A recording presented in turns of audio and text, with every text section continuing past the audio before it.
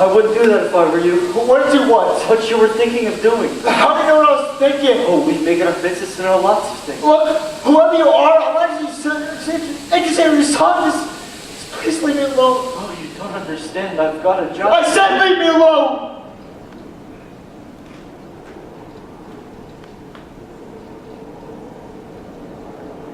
This isn't going very well. Well, you said it was going to be easy. But he won't listen. I know. If at first you don't succeed, blah, blah, blah.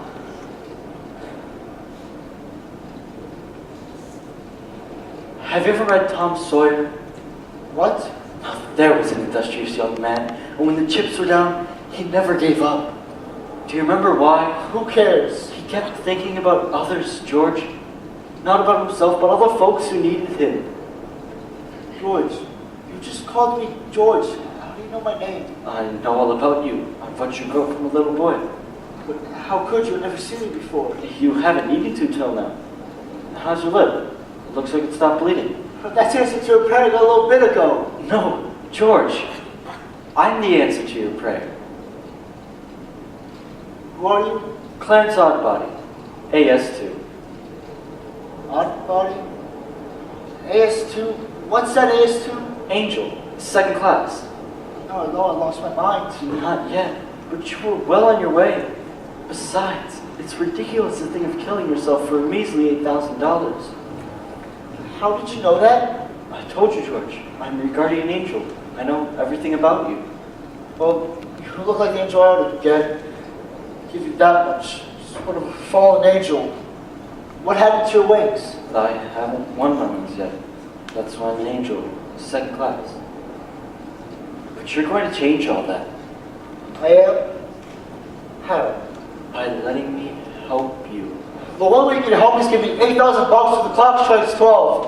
After that, my life turns into a pumpkin. Sorry, but we don't use money in heaven. Oh, I forgot. Well, down here, you can't live without it. And truth be known, I was a lot more dead than alive. Now, George, you mustn't talk like that. I won't get my wings with that attitude. Besides, you don't realize how much you're worth. If it hadn't been for me, everybody I know would be a lot better off. My kids, my wife, my friends. You sure have got plenty of friends. I'll give you that much. Do you know they've jammed up our airwaves for over an hour now? What are you talking about? Prayers. When they're heartfelt, they're mighty powerful missiles. And the ones for you, well, they've lit up our whole celestial system. How? Why? Because you're such an important influence on so many lives, George. Always have been. Just like Tom Sawyer. Since when? Ever since that day you saved your little brother from drowning when he fell through the ice. That was an instinct. Besides, I was only 12. There were other boys that day. Some of them older and better swimmers. None of them nodded to their instincts. Only you did. He was my brother. I know. But what about Mr. Gower when you saved him from ruin? That wasn't instinct. That was courage. Deep-seated and wrenched full of guts courage. He just received a telegram telling his son had died. And he had turned mean through and through from drowning his sorrow in a bottle. Remember? George! Are you out there? I'm sorry, Miss Blaine. That medicine should have been there an hour ago. I promise you. It'll be over in 5 minutes. Where's Miss Blaine's box of capsules? Why didn't you deliver them? I couldn't. Why didn't you deliver them? What kind of tricks are you playing, young man? Don't you know the Blaine boy's very sick? Mr. Gower, you're hurting my sore ear. You lazy leper! Mr. Gower, you don't know what you're doing. You put something around in those capsules. I'm sure you did. What are you talking about? I know you got the telegram today, and it made you upset, but you put something bad in those capsules.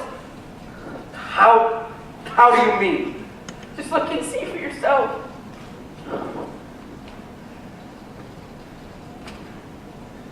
We tried to tell you when you were filling out the order, but you wouldn't listen. But look at the bottle you took the powder from. It's not right. I swear it isn't. No, no, no, no, no! I'm here again. Mr. Keller, I promise I won't tell anyone. I will never tell a soul. Hope to die alone. George. And you never did. Not to this day. That's remarkable. He always cared about his young people. He lost our first jobs. Well, he never stopped caring about you, that's for sure. Remember that handsome suitcase he bought you when you thought you were finally headed off to college? That was 1,000 years ago.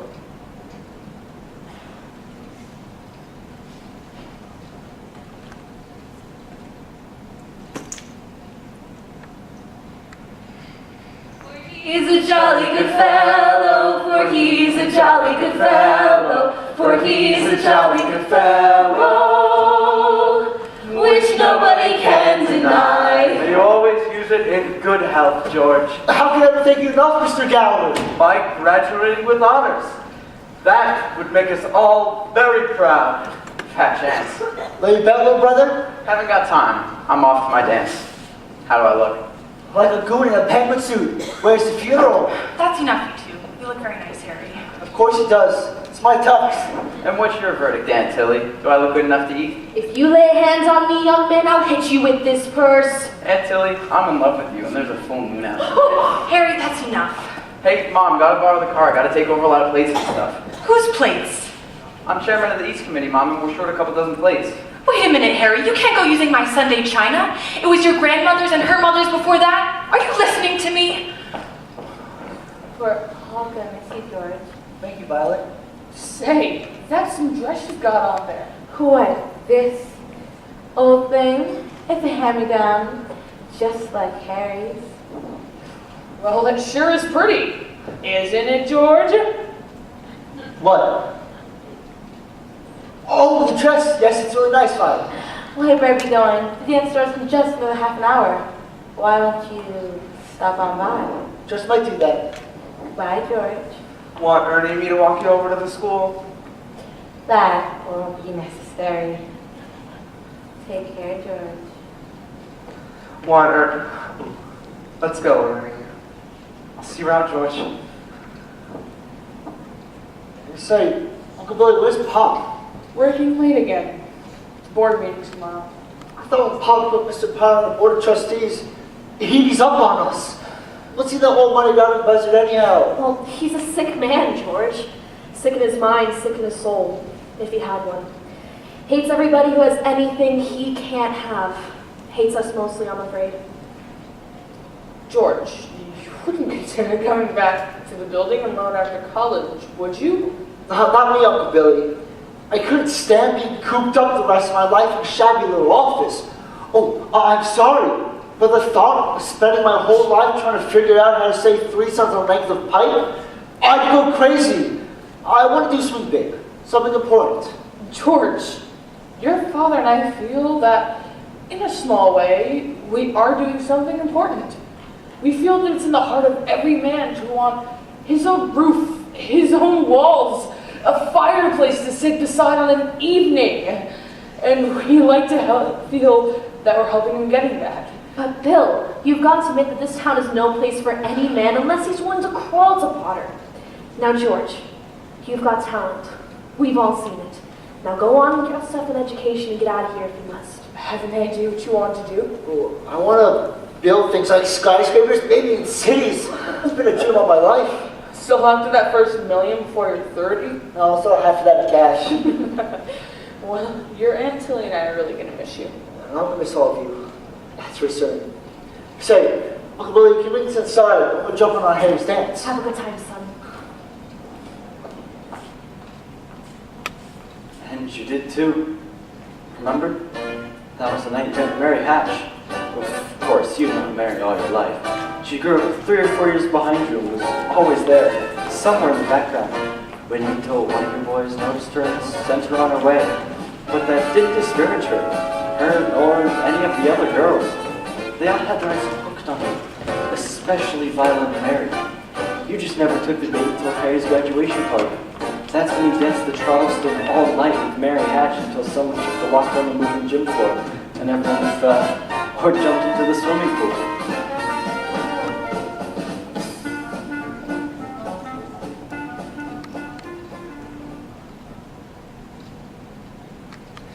Buffalo gals, won't you come out tonight? Come out tonight, come out tonight. Buffalo gals, won't you come out tonight? And dance by the light of the moon. Hot dog, just like the church choir. Beautiful. You know, you see that commotion in my locker room. I knocked down 3 people get the stuff we're wearing. You know, I bet over half your class jumped in that pool. Half the town said it wasn't a good idea to build the gym floor over a swimming pool. I wonder who turned the key. Probably someone jealous who chose me to dance with you. You think? Maybe? Here, let me hold an old dress of yours. Hello. Hello. You know, look at me as if you don't know me. Well, I don't. You pass my house almost every day. Me? Mm-hmm. Oh, no. That was a little girl named Mary Hatch. That wasn't you. Well, do I look as silly as you do? Okay. Maybe I'm not quite the football type. You look wonderful. Say, if it wasn't me talking, I was the most prettiest girl in town. Well, why don't you say? I don't know.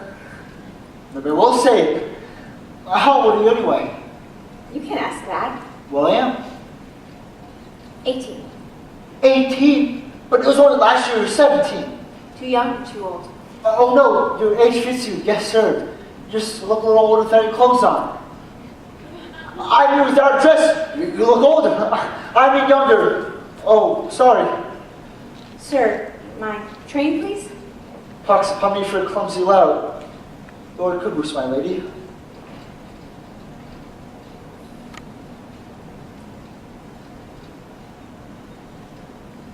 You may kiss my hand. Mary? As I was lumbering down the street. Okay then, I'll throw a rock at your grandpa house. So, George, it's full of romance, little place. No, see, you don't understand. You make a wish, and then you throw a rock and you try to break some glass. That's to be a pretty good shot nowadays with so many windows already broken out. Don't, George. Love little place. I'd like to live in it one day. And that old place? Mm-hmm. I want to live as a ghost. And I watch it, second floor right there.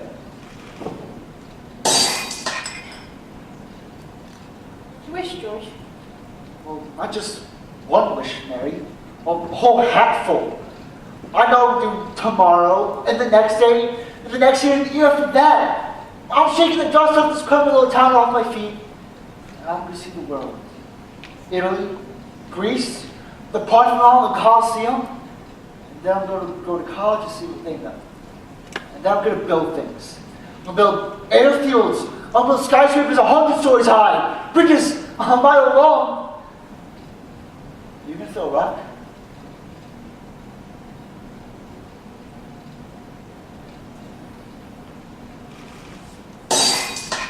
Hey, that's a pretty good shot.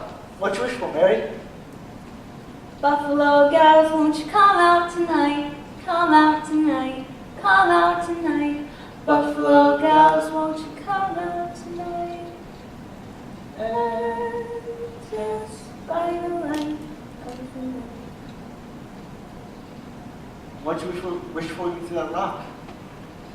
No. Oh, come on, tell me. If I told you, it might not come true. What is it you want, Mary? You want the moon? Just say the word and I'll throw a lasso around it and pull it down. Say, it's a pretty good idea. Give you the moon, Mary. I'll take it. And then what? Then you can swallow it and all dissolve, you see, and the moon leaves your fingers and the ends of your hair and your toes. Why am I talking too much? Yes, you are. Who's that? Why don't you kiss her instead of talking her to death? What? Oh, youth, you know it's wasting the wrong people, Ernie. You're telling me. Just waste it. Hey, Bernardi, you come back here. I'll show you some kissing I'll turn your head around.